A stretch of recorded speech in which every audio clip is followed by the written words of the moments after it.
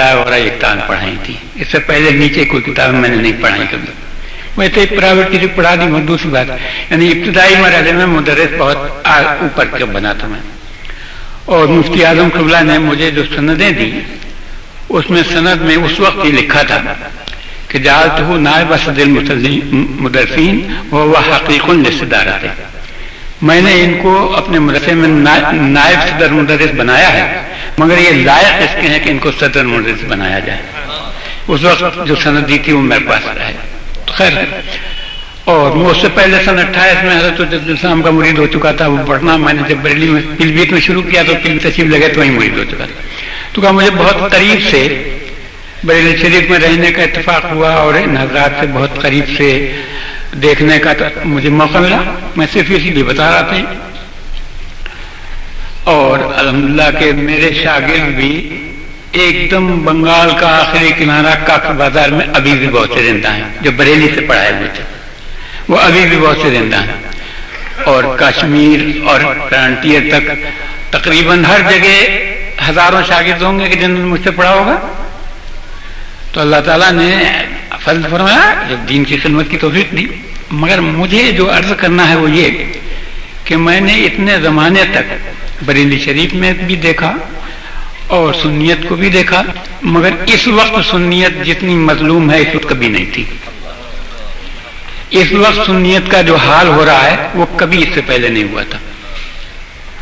سخت افسوس جو ہے وہ اس کا ہے کہ سنیت کن کے ہاتھوں برباد ہو رہی ہے وہ تو بات کو عرض کروں گا. مگر آپ یہ دیکھیے کہ اعلیٰ حضرت اللہ تعالیٰ عنہ کا سارا مشن ہے کیا. اور انہوں نے یا ان کے اقوال سے اعمال سے ہر بات سے جو ظاہر ہوتا ہے وہ یہ کہ عظمت رسول صلی اللہ تعالی علیہ وسلم میں کوئی کمی نہیں آنے دیں گے. مسلمان کے دل میں عظمت رسول اور محبت رسول اس کو کما حق باقی رکھیں گے. یہی ایمان ہے اور اسی پر ایمان کا دارومدار ہے. سارا مشن یہ تھا اور یہ آج کا نہیں بلکہ حقیقتاً صحابہ کرام کا مشن یہ ہے. بخاری میں حدیث ہے کہ حضرت انس رضی اللہ تعالیٰ عنہ فرماتے ہیں کہ ایک صحابی آئے, انہوں نے آ کر کے عرض کیا کہ متی الساعۃ یا رسول اللہ, حضور قیامت کب آئے گی بتائیے. تو انہوں نے فرمایا ویلک ما اعددت لها, اس کو چھوڑو, تم یہ بتاؤ تم نے قیامت کی تیاری کیا کر کے رکھی, کیا ہے تمہارے پاس پونجی کیا ہے وہ بتاؤ. تو انہوں نے کہا کہ ما اعددت لها. بخاری کے الفاظ تو یہ ہے کہ میں نے کوئی تیاری نہیں کی ہے, ما اعددت لها, میرے پاس کوئی تیاری نہیں. ترمذی میں اس کے ساتھ الفاظ یہ ہیں ما اعددت لها من کثرۃ الصلاۃ ولا صوم, نہ میرے پاس روزے بہت ہیں نہ میرے پاس نمازیں, میں نے کچھ تیاری نہیں کی. ظاہر بات ہے صحابی ہے, نماز تو فرض تو چھوڑتے نہیں ہوں گے, فرض تو چھوڑنے کا سوال ہی نہیں صحابہ کرام سے. تو کہا نوافل کی نہ میرے پاس کثرت ہے اور عبادتوں کا ڈھیر بھی میرے پاس نہیں ہے, میں نے کوئی تیاری نہیں کی. تو پھر ہے کیا؟ کہتے ہیں غیر انی احب اللہ و رسولہ, ایک پونجی ہے کہ اللہ اور اللہ کے رسول کی محبت ہے میرے دل میں, اور میرے پاس کچھ نہیں ہے, صرف اللہ اور اس کے رسول کی محبت ہے. تو اللہ کے رسول نے ان سے کیا فرمایا؟ فرماتے ہیں فَأَنْتَ مَعَ مَنْ أَحْبَبْتَ, تو تم حشر میں اسی کے ساتھ ہوگے جس سے تم محبت رکھتے ہو. تو کہا مجھ سے محبت رکھتے ہو تو میرے ساتھ حشر میں ہوگے. حضرت انس رضی اللہ تعالیٰ عنہ فرماتے ہیں کہ ما رأینا اصحاب رسول اللہ صلی اللہ علیہ وسلم بعد اسلام, اسلام آنے کے بعد صحابہ کرام کو اتنا خوش ہوتے ہوئے میں نے کبھی نہیں دیکھا تھا جتنی خوشی ان کو یہ بات سن کر ہوئی کہ اللہ کے رسول کی محبت کا بدلہ یہ ملے گا کہ قیامت میں ان کی میت نصیب ہو جائے گی, ان کا ساتھ نصیب ہو جائے گا. یہ بات سن کر کے صحابہ کرام جتنا خوش ہوئے تھے اتنا خوش ہوتے ہم نے کبھی صحابہ کرام کو نہیں دیکھا تھا. یہ صحابہ کرام کا دور تھا. تو وہ بھی پونجی جو سمجھتے تھے سب سے اہم وہ یہ تھی کہ عظمت رسول دل میں باقی رہے, محبت نبی کریم صلی اللہ علیہ وسلم باقی رہے. اور نبی کی دشمنی وہ کو کیا سمجھتے تھے تو اس کا بھی ایک طرح سے دو چار جملے بات سن لیجیے. بدر کا موقع ہے, ابو جہل کیسا کافر ہے, ہر مسلمان جانتا ہے کہ ابو جہل کیسا کافر ہے. دو نوعمر لڑکے, سب بندی ہو گئی ہے, نوعمر لڑکے وہ اپنے برابر والوں سے پوچھتے ہیں چچا تھا ابو جہل کو بتائیے کہ کون سا ہے. تو ان کا تم کیا کرو گے, یہ نوعمر لڑکے تھے. انہوں نے کیا کہا کہ ابو جہل کا کیا کہتے ہیں ہم نے یہ سنا ہے کہ وہ اللہ کے رسول کو گالی دیتا ہے. اس لیے ہم اس کو قتل کریں گے۔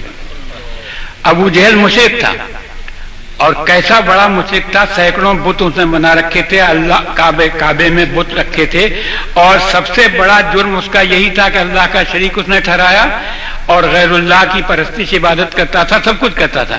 مگر انہوں نے یہ نہیں کہا کہ وہ مشرک ہے اس لیے ہم اس کو قتل کریں گے، انہوں نے کہا یہ کہ ہم اس لیے قتل کریں گے کہ وہ رسول اللہ کو گالی دیتا ہے۔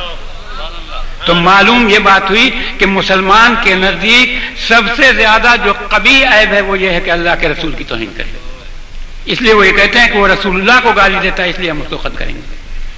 تو حقیقت یہ ہے کہ یہ ایک بات تھی کہ مسلمان کے دل میں جب تک اللہ کے رسول کی عظمت باقی رہے گی، جب تک وہ اپنے رسول کی عظمت پر قربان ہونے کے لیے تیار رہے گا، اور کسی کو یہ موقع نہیں دے گا کہ وہ رسول کی توہین کرے۔ انگریزوں نے اس نقطے کو سمجھ لیا کہ مسلمان اگر جان دیتا ہے تو عظمت رسول پر دیتا ہے۔ ایک جاہل سے جاہل بالکل بیچارہ کبڈا اگر اس کو دیکھتا ہے کہ رسول کی توہین کر رہا ہے تو بے سوچے سمجھے جا کے حملہ کر دیتا ہے، قتل کر دیتا ہے۔ وہ یہ نہیں سوچتا ہے کہ میرے بچوں کا کیا ہوگا۔ تو عظمت رسول پر مومن جان دینے کو ہر وقت تیار رہتا ہے۔ انگریزوں نے یہ نقطہ سمجھ لیا تھا، اس لیے انہوں نے یہ گروہ پیدا کر دیا کہ تم عظمت رسول کو مسلمانوں کے دلوں سے گھٹاؤ۔ انہوں نے گھٹانا شروع کی تو اتنی گھٹائی کہ نبی کا مرتبہ کیا لا کے کر دیا کہ جیسے گاؤں کا چودھری اور زمیندار سو ان مانوں کا نبی اور اپنی امت کا سردار ہوتا ہے۔ یہ کتاب آج بھی بکتی، تقویۃ الایمان لکھی ہوئی آج تک ملتی ہے، اس میں یہ لکھا ہوا رسول کا مرتبہ کیا ہے، جیسے گاؤں کا چودھری اور زمیندار، اس معنی کر کے رسول کی عظمت ہوتی ہے۔ تو جب گھٹاتے گھٹاتے اس درجے پر لے آئے کہ رسول کا مرتبہ گاؤں کے چودھری کی طرح ہے، تو ظاہر بات ہے کہ کوئی مومن اس کو برداشت نہیں کر سکتا تھا۔ تو اعلیٰ حضرت رضی اللہ تعالیٰ عنہ کے سامنے جب یہ ان کی توہین کی عبارتیں آئیں تو اس وجہ سے اعلیٰ حضرت نے اس کا رد کیا۔ اور یہ بات نہیں ہے کہ اعلیٰ حضرت نے پہلے شروع یہاں سے کیا، بلکہ اس سے پہلے سے رد ہوتا چلا آیا تھا۔ یہ تقویۃ الایمان جس کی کتاب میں یہ عبارت آپ کو بتا رہا ہوں، اس کا سب سے پہلا رد بنگال میں لکھا گیا تھا، اور کافی مخصوص رکھا اس زمانے میں بنگال میں لکھا گیا اور چھاپا گیا۔ اور اس کا رد حضرت شیخ فضل حق خیر آبادی رحمۃ اللہ تعالی علیہ نے اس کا رد لکھا۔ اسماعیل دہلوی نے کتاب لکھی تھی اسی زمانے میں، امکان النظیر، کہ حضور جیسے اور بہت سے انسان بھی ہو سکتے ہیں۔ اس نے یہ کتاب ہی اس مضمون پر لکھی، امکان النظیر، کہ حضور کے مثل اور بہت سے ممکن ہیں۔ تو مولانا فضل حق صاحب نے اس کے رد میں لکھی امتناع النظیر، کہ حضور جیسا انسان ہونا محال ہے، عقلاً ثابت کیا کہ عقل سے محال ہے کہ اور نبی جیسا دوسرا انسان ہو نہیں سکتا ہے۔ تو یہ اس زمانے میں چلا آیا تھا۔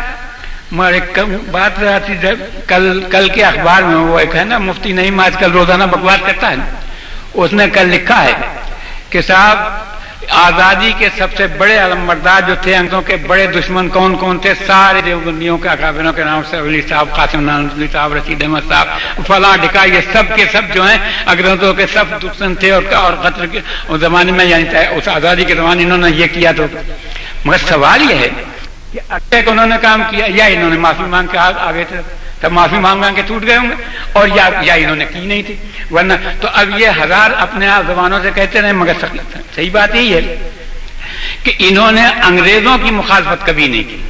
مخالفت کی ہے تو اہل سنت کی ہے، مسلمانوں کی انگریزوں کی کبھی نہیں کی۔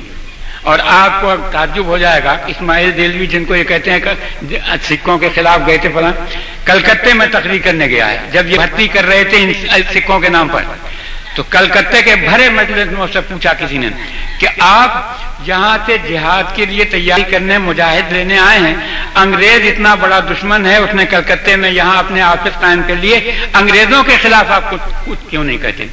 تو جواب کیا دیا ہے وہاں بھرے مجلس میں؟ جواب دیا ہے کہ انگریز بہت رحم دل حاکم ہیں، ہم ان کے خلاف جہاد نہیں کریں گے، بلکہ جو ان سے جہاد کرے گا ہم اس سے لڑائی کریں گے۔ وہ تو انگریزوں کے اتنے وفادار ہیں، بھرے مجمع میں یہ کہہ چکا ہے۔ تو جن کی وفاداری انگریزوں کے ساتھ یہ ہو اور وہ یہ کہیں کہ نہیں صاحب ہم نے تو یہ کیا تھا وہ کیا تھا، یہ سب جھوٹی۔ تو میں جو عرض کر رہا تھا، خیر یہ تو بیچ میں ضمن باتیں آ گئی کہ اس وقت سنیت پر سب سے بڑا ظلم جو ہے وہ ایک طرف سے نہیں سب طرف سے ہو رہا ہے۔ جو ہمارے دشمن تھے، آزاد کے دشمن تھے، بلکہ اللہ کے رسول کے دشمن تھے، جن کا مقصد ہی یہ تھا کہ عظمت رسول کو مسلمانوں کے دلوں سے مٹایا جائے، وہ تو تھے ہی دشمن، وہ سنیت کے دشمن ہیں، ہم حضور صلی اللہ علیہ وسلم کے شہدائیوں فدائیوں کے دشمن ہیں، ٹھیک ہے، ان کی کتابیں بڑی پڑھی ہیں، سب کرتے ہیں۔ انہوں نے یہ حرکت شروع کی کہ اب سنی بن کر سنیوں کو گمراہ کرنے لگے۔ وہ نام رکھ لیے جناب کہ کوئی سواد اہل سنت ہے، کوئی جماعت اہل سنت ہے، کوئی کچھ نام، 20 نام سنیوں کے نام سے انہوں نے رکھ کے اپنے اپنے کام شروع کر رکھے ہیں۔ اور بچائے اب آصفہ صحابہ ہے تو اور ہے کیا کیا بنا رکھا ہے۔ تو انہوں نے اس طرح سنیت کو تباہ کرنے کے لیے اپنے آپ کو سنی پر کے، اب بیچارے عوام سنی سمجھتے ہی نہیں کہ یہ سنی ہے، یہ سنیت کے قاتل ہیں، یہ پتہ نہیں چلتا انہیں۔ اس کے علاوہ کچھ وہ سنی ہیں کہ جنہوں نے مسلک اعلی حضرت سے منہ پھیر لیا مگر پیٹ پالنے کے لیے نام اعلی حضرت کا لیتے ہیں۔ مدرسے اب بھی اعلی حضرت کے نام پر چندے وصول کرتے ہیں مگر مسلک اعلی حضرت سے دور ہٹ چکے۔ انہوں نے اپنا یہ وتیرہ بنا دیا کہ سب سے میل ملاپ رکھو، وہ سب سے ملتے ہیں۔ ان کے یہاں صلح کلی کا ایک مضمون ہو گیا، وہ پادری آ جائے، وہ قادری آ جائے، طاہر قادری آ جائے، پادری کہیے اس کو، وہ آ جائے، اس کے ساتھ ساتھ ہیں۔ وہ جانتے ہیں آپ نے کیا کیا ابھی حال کی، جو آپ پہلے کہتا رہا وہ تو کہتا ہی رہا۔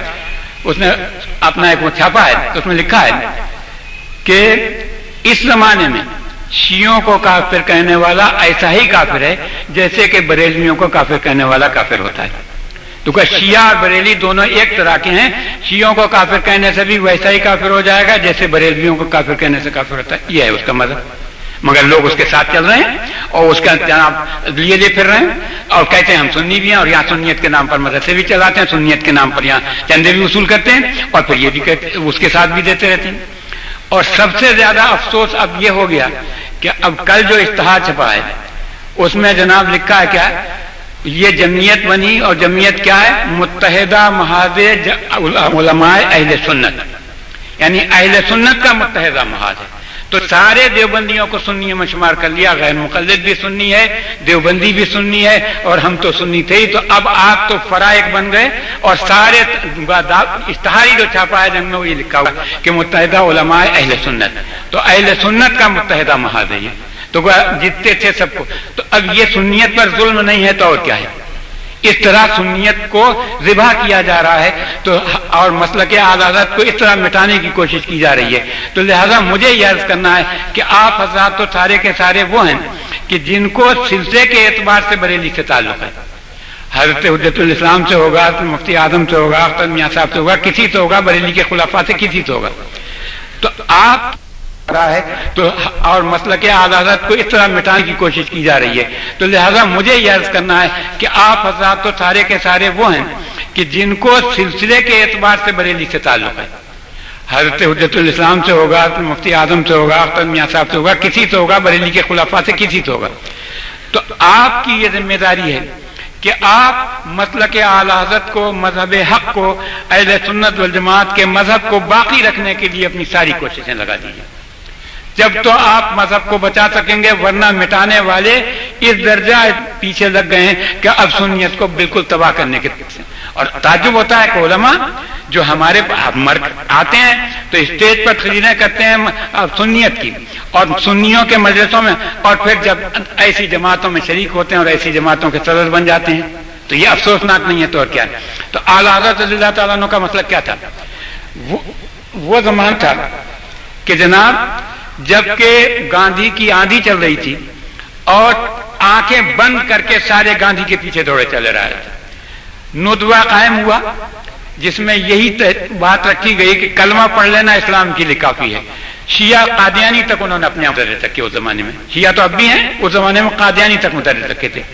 اور اس کے بعد تو اعلیٰ حضرت کی ایک ذات تھی کہ جو ان سارے فتنوں کو مقابلہ کیا انہوں نے، اور تمام ہر فتنے کا مقابلہ کیا، لوگ کہتے بھی رہے تو اعلیٰ نے فرمایا کہ حق حق رہے گا اور میری زبان سے حق ہی نکلتا رہے گا، اور ایک اکیلے ساتھ چند معتقدین ہوئے اور یہ ہوئے مگر یہ کہ آخر کار فتح اعلیٰ کی ہوئی اور سنیت غالب ہی رہی۔